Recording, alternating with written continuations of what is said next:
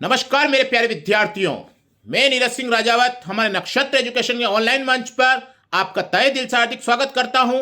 और मैं लेकर आया हूं बीएसटीसी परीक्षा के विद्यार्थियों के लिए वस्तुनिष्ठ प्रश्नों की श्रृंखला, जो आपके लिए महत्वपूर्ण और उपयोगी हो सकती है। आज हम चर्चा करने वाले हैं कई प्रश्नों के बारे में। अब हम चलते हैं आज के प्रश्न की ओर। मुख्यमंत्री लघु उद्योग प्रोत्साहन योजना का उद्देश्य है। मुख्यमंत्री लघु उद्योग प्रोत्साहन योजना का उद्देश्य है उपक्रमों की स्थापना करना, नए रोजगार अवसर उपलब्ध करवाना, उपक्रमों की स्थापना करना एवं नए रोजगार अवसर उपलब्ध करवाना दोनों, आर्थिक असमानताओं को कम करना। हमारा आंसर होगा सी, उपक्रमों की स्थापना करना एवं नए रोजगार अवसर उपलब्ध करवाना दोनों। किसका उद्देश्य है? मुख्यमंत्री लघु उद्योग प्रोत्साहन योजना का उद्देश्य है। अब देखते हैं अगला प्रश्न। राजस्थान में कितनी बार राष्ट्रपति शासन लागू किया गया? राजस्थान में कितनी बार राष्ट्रपति शासन लागू किया गया? ऑप्शन देखते हैं। ऑप्शन गिरे 2, 3, 4, 5। हमारा आंसर होगा 4। राजस्थान में 4 बार राष्ट्रपति शासन लागू किया गया। अब देखते हैं अगला प्रश्न। किसके शासन काल में किशनगढ़ शैली को स्वतंत्र स्वरूप प्राप्त हुआ? किसके शासन काल में किशनगढ़ शैली को स्वतंत्र स्वरूप प्राप्त हुआ? राजा किशन, राजा रूप सिंह, राजा जगमाल या राजा सामंत सिंह? हमारा आंसर होगा राजा सामंत सिंह। अब देखते हैं अगला प्रश्न। निम्न में से कौन सा राजस्थान का पहला कोयला आधारित विद्युत उत्पादन संयंत्र है?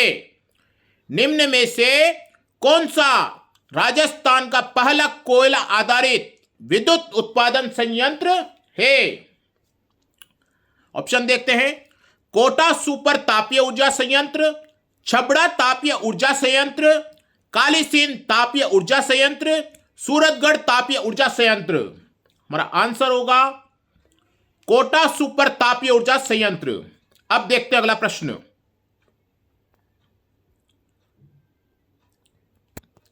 शीला देवी का मंदिर किस किले में अवस्थित है? शीला देवी का मंदिर किस किले में अवस्थित है? आमेर, मेहरानगढ़, अचलगढ़, कुंभागढ़? हमारा आंसर होगा आमेर। बहुत ही सिंपल प्रश्न है और अधिकतर प्रश्नों में पूछा जाता है। राजस्थान में पंचायती राज व्यवस्था का शुभारंभ किस पंचवर्षीय योजना के अंतर्गत किया गया था? राजस्थान में पंचायती राज व्यवस्था का शुभारंभ किस पंचवर्षीय योजना के अंतर्गत किया गया था? प्रथम, द्वितीय, तृतीय, चतुर्थ? हमारा आंसर होगा द्वितीय पंचवर्षीय योजना के अंतर्गत राजस्थान में पंचायती राज व्यवस्था का शुभारंभ किया गया था। अब देखते हैं अगला प्रश्न।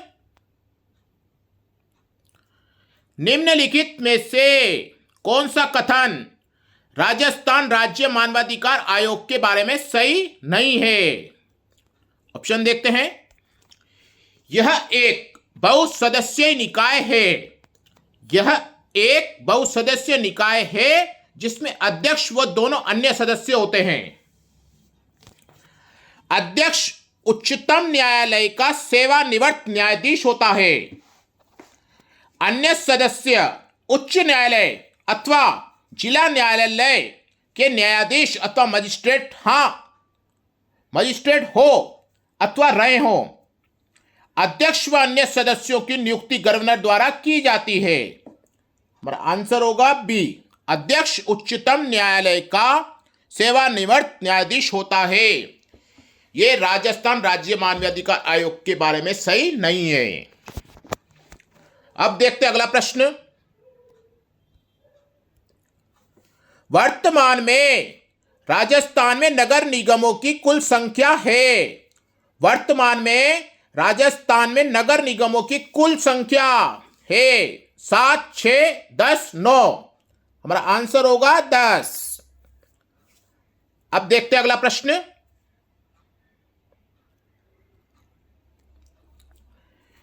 निम्नांकित में से राजस्थान के कौन से जिले से होकर कर्क रेखा गुजरती है?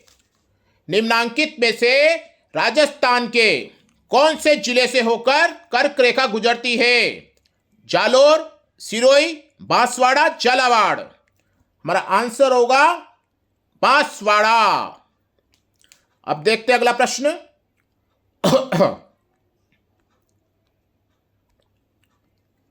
किस किसान आंदोलन के संदर्भ में ट्रेंच आयोग का गठन किया गया था? किस किसान आंदोलन के संदर्भ में ट्रेंच आयोग का गठन किया गया था?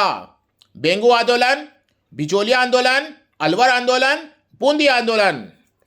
हमारा आंसर होगा बेंगू आंदोलन।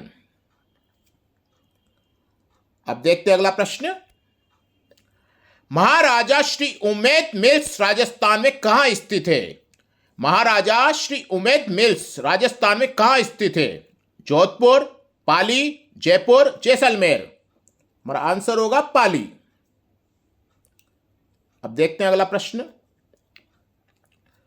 उस प्रतिहार शासक का नाम बताइए जिसने न केवल अरबों के आगे बढ़ने पर अंकुश लगाया बल्कि अनेक शासकों को उनके आधिपत्य से भी मुक्त किया। प्रश्न पढ़ते हैं एक बार, प्रश्न को ध्यान से पढ़ें।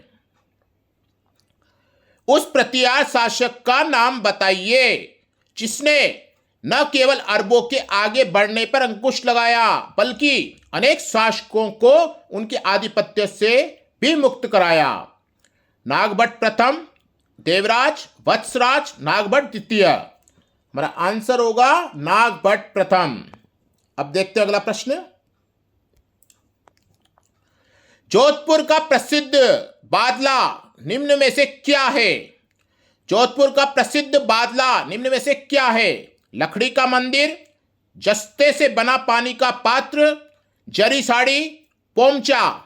हमारा आंसर होगा जस्ते से बना पानी का पात्र। अब देखते हैं अगला प्रश्न। जोधपुर के जसवंत थड़ा का निर्माण किसने करवाया? जोधपुर के जसवंत थड़ा का निर्माण किसने करवाया? महाराजा सरदार सिंह ने, महाराजा हनुमंत सिंह ने, महाराजा उमेद सिंह ने या महाराजा जसवंत सिंह द्वितीय ने? हमारा आंसर होगा महाराजा सरदार सिंह। अब चलते हैं अगले प्रश्न की ओर। अरावली की दूसरी सबसे ऊंची चोटी कौन सी है? अरावली की दूसरी सबसे ऊंची चोटी कौन सी है? गुरु शिखर, अचलगढ़, शेरगढ़, तारागढ़। हमारा आंसर होगा शेरगढ़। अब चलते हैं अगले प्रश्न की ओर। इसी तरह से आपकी श्रृंखला चलती रहेगी। गोविंदगिरी की गतिविधियों का केंद्र 1911 एवं 1912 में था। गोविंदगिरी की गतिविधियों का केंद्र 1911 एवं 1912 में था। कहां था? ईडर में, सूद में, बेड़सा में, खेड़ा में। हमारा आंसर होगा बेड़सा में। अब चलते अगले प्रश्न की ओर। श्री कलराज मिश्र राजस्थान के कौन से राज्यपाल हैं? श्री कलराज मिश्र राजस्थान के कौन से नंबर के राज्यपाल हैं? 39, 40, 41, 44। हमारा आंसर होगा 44। अब देखते हैं अगला प्रश्न। राज्य मानव अधिकार आयोग अपना वार्षिक प्रतिवेदन प्रस्तुत करता है। राज्य मानव अधिकार आयोग अपना वार्षिक प्रतिवेदन प्रस्तुत करता है। राष्ट्रीय मानव अधिकार आयोग को, उच्च न्यायालय को, राज्य सरकार को, राज्य के महाधिवक्ता को। हमारा आंसर होगा राज्य सरकार को। अब देखते हैं अगला प्रश्न। राजस्थान में लोकायुक्त का पद कब सृजित हुआ था? राजस्थान में लोकायुक्त का पद कब सृजित हुआ था? 1992 में, 1977 में, 1982 में, 1973 में? हमारा आंसर होगा 1973 में। अब देखते हैं अगला प्रश्न। राजस्थान के हेमकांग जायसवाल, राजस्थान के हेमांग जायसवाल किसके खिलाड़ी हैं? कबड्डी, मुक्केबाजी, जूडो, भारोत्तोलन? हमारा आंसर होगा जूडो। अब देखते हैं अगला प्रश्न। निम्नलिखित में से किस एक अभिकरण ने कालीबंगा के उत्खनन कार्य का उत्तरदायित्व संभाला? निम्नलिखित में से किस एक अभिकरण ने कालीबंगा के उत्खनन कार्य का उत्तरदायित्व संभाला? राजस्थान पुरातत्व एवं संग्रहालय विभाग जयपुर, भारतीय पुरातत्व सर्वेक्षण नई दिल्ली, डेक्कन कॉलेज पुणे और मेलबोर्न विश्वविद्यालय ऑस्ट्रेलिया? हमारा आंसर होगा राजस्थान पुरातत्व संग्रहालय एवं विभाग जयपुर। अब देखते हैं अगला प्रश्न। राजस्थान के निम्न में से किस जिले को राजस्थान नगरीय आधारभूत विकास परियोजना के प्रथम चरण में सम्मिलित नहीं किया है? कोटा, उदयपुर, अलवर, बीकानेर? हमारा आंसर होगा अलवर। अब देखते हैं अगला प्रश्न। तारकशी के आभूषण किस स्थान के प्रसिद्ध हैं? तारकशी के आभूषण यानी जेवर किस स्थान के प्रसिद्ध हैं? नाथद्वारा, चित्तौड़गढ़, बाड़मेर, उदयपुर? हमारा आंसर होगा नाथद्वारा। तारकशी के आभूषण नाथद्वारा स्थान के प्रसिद्ध हैं। अब चलते हैं अगले प्रश्न की ओर। मालपुरा करौली मैदान भाग है लूनी बेसिन का, चंबल बेसिन का, माई बेसिन का, बनास बेसिन का? हमारा आंसर होगा बनास बेसिन का। अब देखते हैं आज का अंतिम प्रश्न। राजस्थान में सूखा संभाव्य क्षेत्र कार्यक्रम का संबंध किस गतिविधि से नहीं है? मिट्टी व नमी का संरक्षण करना, जल संसाधनों का विकास, वृक्षारोपण, गरीबी निवारण? हमारा आंसर होगा गरीबी निवारण। ये थी हमारी आज की प्रश्नों की श्रृंखला।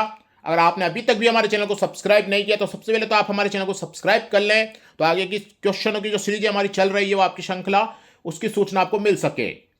आज के लिए इतना ही। हम कल फिर मिलेंगे नए प्रश्नों के साथ।